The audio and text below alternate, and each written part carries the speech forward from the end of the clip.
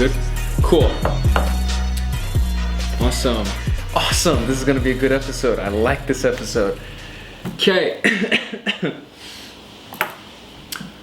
Hey everybody, what's going on? My name is Arman Vakili, and this is episode 19. One away of 20. Episode 19 of the hashtag Everything Money show, where we talk about everything that has to do with money. Periscope Live is going on right now. Just in case you're not following me, please make sure to follow me on Periscope. DSAWs, boom, right here. Periscope, right here. And so we're going to be broadcasting from now on based on pretty much the shooting schedule that we have. I feel like Periscope is going to be up every single time that I broadcast, and so every single time that we shoot. So if you want to get the live content before it goes through the editing and the publishing and the scheduling, you got to make sure that you follow me on Periscope so that these guys are actually getting it live right now, and then you guys are going to get it. I mean, episode 19, I feel like it's going to be like 2 months from now. So 2 months from where we're actually shooting it, because we're shooting in advance, so on and so forth. So episode 19 is about buying businesses as investments, right? Super dope topic. I love this topic. And so I'm gonna try to get into as much detail as I possibly can. And I actually, you know what? Let me retract my previous statement. It's not buying businesses as investments. It's just businesses in general as investments. So whether buying them or building them is what we're going to talk about. Now, on the buying side, there's a few different business models that you can actually go out and purchase. Depends on what your budget is for making the purchase. And so it works like this. So you can either do the angel investor route, where you go ahead at the very, very, very beginning, before they even make the, primary offers to the general investment market, and for a relatively small amount of money, you can buy a relatively large chunk of this company, and now you have equity ownership for when this thing actually goes public, and as it's going through the building phases that it goes through and the growth phases that it goes to, your little amount of money actually turns into a pretty large chunk of money, right? So you have the angel investor, and then you have the early stock buyer. So it's between angel investor and IPO, where it's still a private company technically, and you have some kind of access to buying stock in this company. And so you go ahead and you buy the stock in this company, and now you're one of the earlier investors prior to it going IPO and having this initial public offering to the general market where people can buy stock into the company. And then you have the IPO, where like right after the company files for public, and then it's now it's being traded on the New York Stock Exchange and all the different stock platforms, whatever platform that it would actually be on, and you can go ahead and buy it at the beginning. So like right it goes public. I mean, I remember actually when Facebook went public, stock was $45 a stock, and then it dropped because people were like, oh, it's not a real company, they're not really selling anything, it's a digital social media, whatever, and the stock dropped from 45 to 40, or like I think 38 or something. But then now it's valued over $100 per stock. $100 billion company going up to, I mean, it's one of the biggest companies in the world. And I feel like on like every alternating Thursday, they switch spots with the most viewed website compared to Google, you know what I mean? And I think the only reason why Google is winning at the most viewed website on Alexa is simply because the fact that people are just having more, like they have their homepage on their browser as Google. So that's really the only reason why they're getting more traffic than Facebook. Facebook is like dominating. And I'm gonna stop because I feel like I have a motor in the background and the motorcycle is gone and the sound is back. It's you have your headphones on so you can't really hear it, but like when the buzzing happens, I'm like, oh man. Like I have to pause and then we go, okay. But we're gonna do one take. I don't know if you guys have noticed this. We just do one take, and then we keep whatever excess is, and then we do it in black and white, just like what's happening right now. And then as soon as I get back into the content, it turns into color, right? It's tricks of the trade. Shout out Gary Vee. So, businesses as investments, okay? So I know we just talked about the stock ownership part of it and just buying a piece of the company.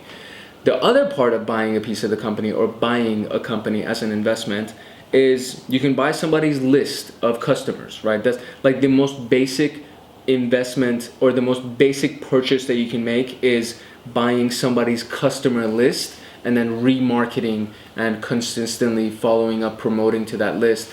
Customer lists are extremely valuable. A prospect list, not so much.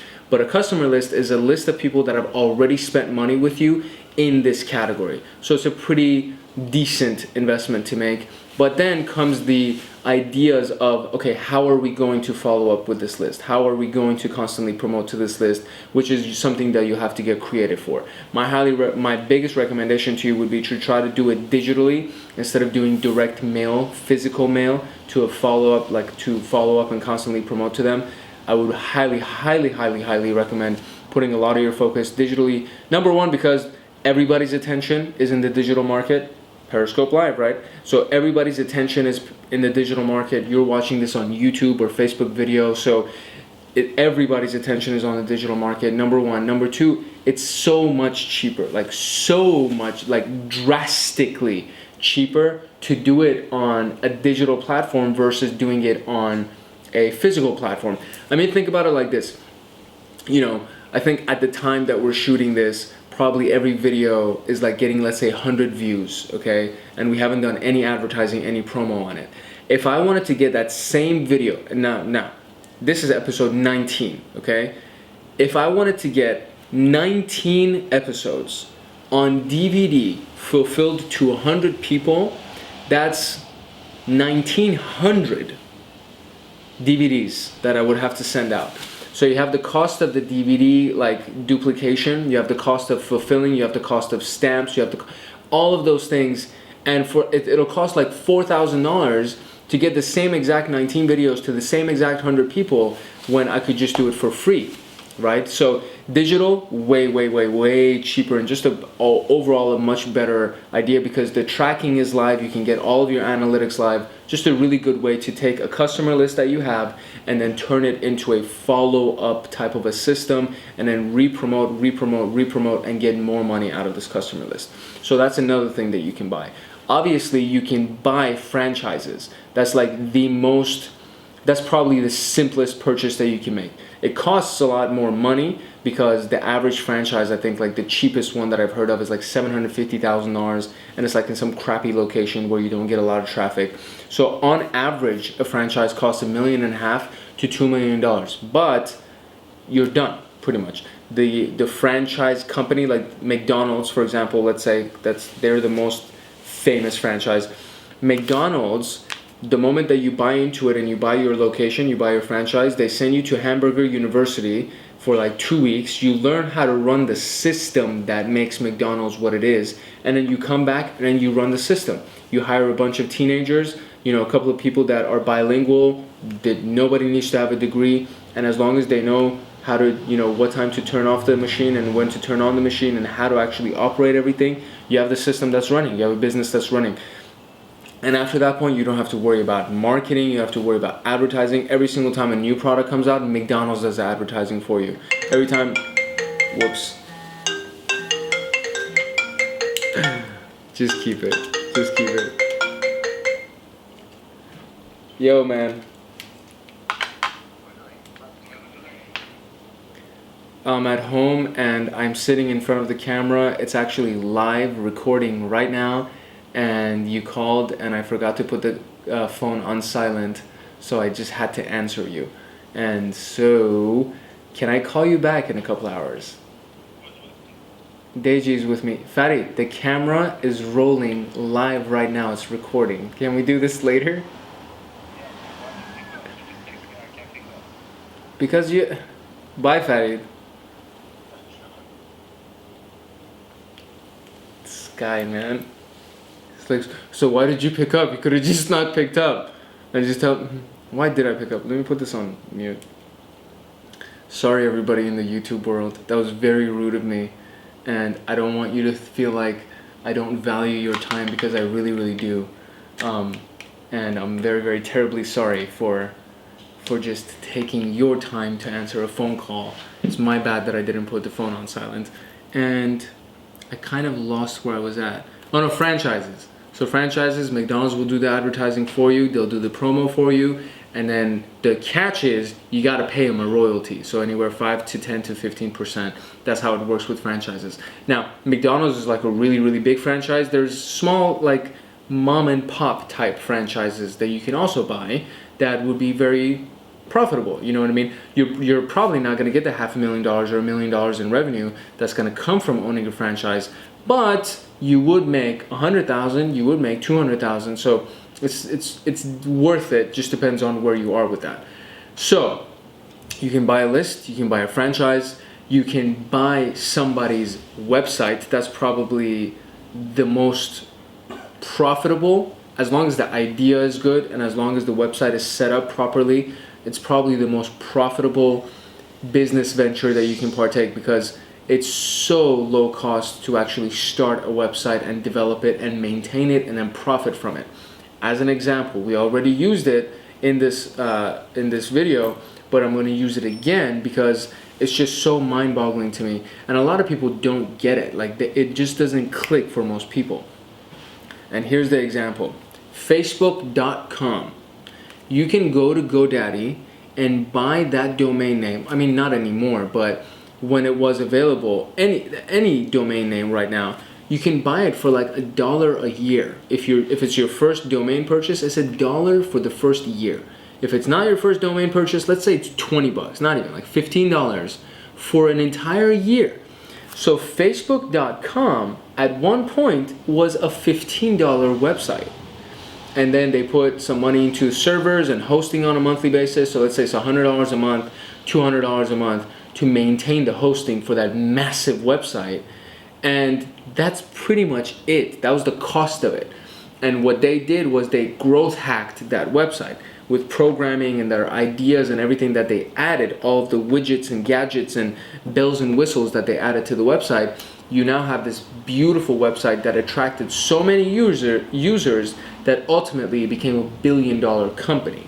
And so websites are the lowest cost, highest profit margin types of businesses that you can get into if the idea is good and if you execute properly. Because you hear a lot of great ideas that are poorly executed that don't get anywhere, and then people start complaining, saying that this kind of stuff doesn't work. So there's a lot of different elements that needs to go into it. One thing that I'm going to link for you is this book called Growth Hacker Marketing, okay? It's available on Amazon. Really, really great book.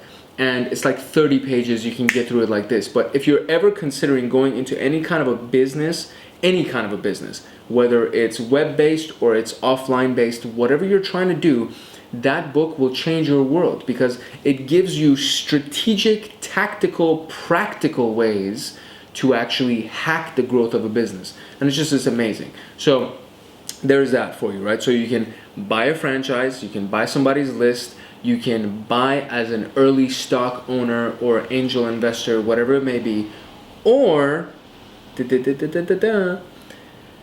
network marketing organizations. And you can also buy obviously restaurants and brick and mortar type places, and those also have their own filters of what makes it a legitimate business and what makes it valuable enough as a business for you to actually go ahead and buy it. And we'll probably do like a restaurant or like a brick and mortar type of a checklist for a future episode. But network marketing organizations, I mean, Donald Trump, Richard Branson, all of these massive, like high net worth people, Robert Kiyosaki, all these high net worth people buy an entire network marketing organization and they add it to their investment portfolio.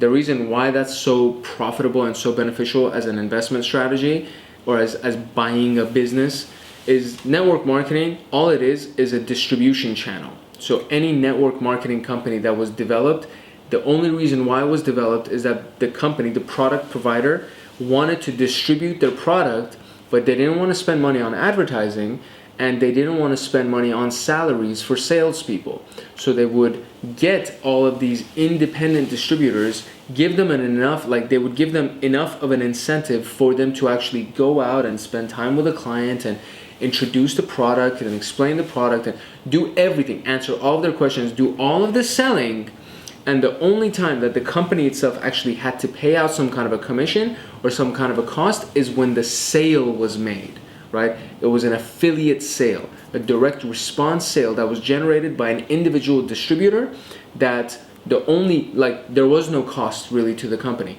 The only time that they had to pay something is when the sale was actually made, a customer was actually generated. And in the digital marketing, internet marketing world, it's called cost per action, CPA. So if I pay $10 for a customer and I know that each customer is worth $15 to me, then I'm profiting every single time. Every single time that I pay the $10, I'm gonna get $15 back, right? So I'm profiting every single time. That's why network marketing organizations are so attractive as just a general strategy for a product provider to increase their sales and increase their profits, but also at the same time for an investor that's looking to add an extra income flow to their portfolio. They look at this company, they say, okay, they have 50,000 distributors. Their 50,000 distributors are moving this many units per month. This is the revenue, this is the profit that's coming from this. I'll buy this. It's already active. And the beautiful thing about network marketing companies is that they're so systematic and they're so system-based that you know that you're buying into a system. If the company has not made it to 10,000 distributors or 15,000 distributors, probably they don't have a good enough system. But when they get to that level, they're ripe. They're ripe for a purchase. And it's one of the greatest investments that anybody can make if you have the money, because that costs a lot of money. So we covered the different levels of buying a business as an investment, and I feel like we covered it based on people's assets and income levels. So if you're starting with barely anything, you probably want to go into internet marketing and buying some kind of an internet-based business. And then same thing applies to just building, right? So you can build companies with the same philosophies. You can build network marketing companies with very, very little income investment, very little capital investment, and just a lot of sweat equity and hard work. You can build a company that would be a high profit margin for you. Your $500 investment to actually buy into this company and actually get access to their system and their products and services, if you do your job right as the marketer, as the distributor, that $500, that one-time $500 could turn into $5,000 a month in 6 months, or it could turn into $50,000 a month in 6 years. You know what I mean? So it's fully available to you. And as far as profit margin and return on investment is concerned, you turn $500 one time into a $5,000 income. I mean, $5,000 per month income, that's a pretty good return on your investment. So, and then you could literally do the same thing with internet marketing. You could do the same thing with a brick and mortar type of a business. But businesses as investments are probably the highest return types of investment that anybody could buy. And I mean, essentially, when somebody goes and buys stock in a company, that's what you're doing, is you're investing, you're buying a business as an investment, except you just bought one stock in the business instead of buying the entire business. Does that make sense? And so it's the highest return type of an investment that you can make is if you actually buy a business or go into the game of buying businesses and turning them into your investments. Now, as far as an action step is concerned for this specific episode, I really don't have much for you in regards to, you know, what you can do to actually go buy a business right now. You can go Google it and try to search around to see if there's anything that's available in your local community for your budget range that you can work with. And what I will offer you is this, okay? So first and foremost, make sure that you actually read the book, Growth Hacker Marketing. It's gonna help you with anything that you decide to do. The other part of it is we have 2 opportunities currently available for 2 pretty different groups of people. One of them is the current broker that actually has a book of business and is currently licensed, but you want more systems, you want more infrastructure, and you want to build a company that can work without you. You don't want to be there every single day. You want your agency to actually work by itself. You want them to be able to sell and expand and open up more offices without your direct involvement. If you are that person, we have a partnership program that we're offering people. Certain people, I'm not trying to in any way use sales tactics on you, but naturally, because of the fact that my personal time is limited and because of the fact that our manpower and our resources are limited, I can't accept everybody. So we will be interviewing you. We will go back and forth and try to make sure that it does make sense on both sides for you and for us to actually go into the partnership. But we have the systems in place, we have the infrastructures in place, we have over 40 locations across the United States that are currently running and active that you could actually leverage and get access to. So if you're in Texas and you have clients in California and you want to make sure you take care of those clients and still get paid on it, then we can go ahead and help you with that.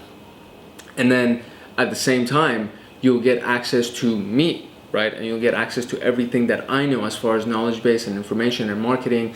I might even put you on the show, right? And it's just fully dependent on if you have to be comfortable on camera. If you're going to be awkward on camera, I can't put you on camera. But we have all of these things available for you.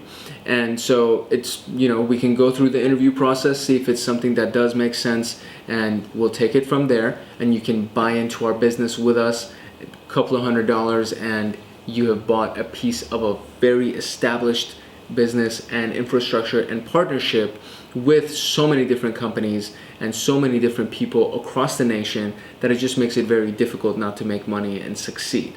So that's the first offer that I can make. The second offer that I can make is to the person that has zero experience, zero background, zero clientele, no license, but you want to get into the business and you want to learn. To that person, you got to work harder than the first one. You gotta bring more to the table than the first one, obviously, because you don't have a client list or a license. And so we'll help you get your license. You gotta pay for your own license. You gotta pay for your own franchising fees.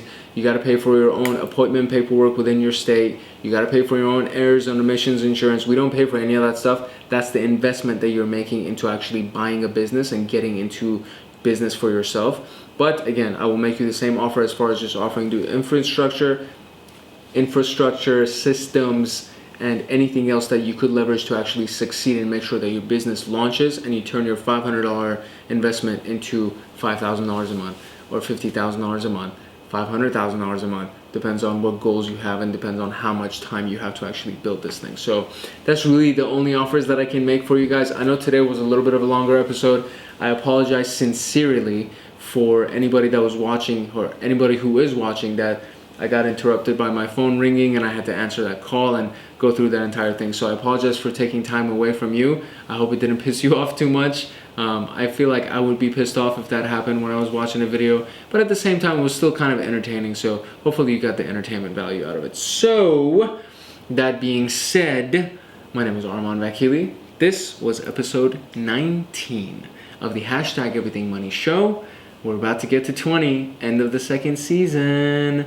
What you know about that? We're recording, and this is to all the haters and to everybody who thought that I wasn't gonna make it to episode 20. I don't know who it was, but whoever you are, eat your heart out. That's how I'm gonna end this episode.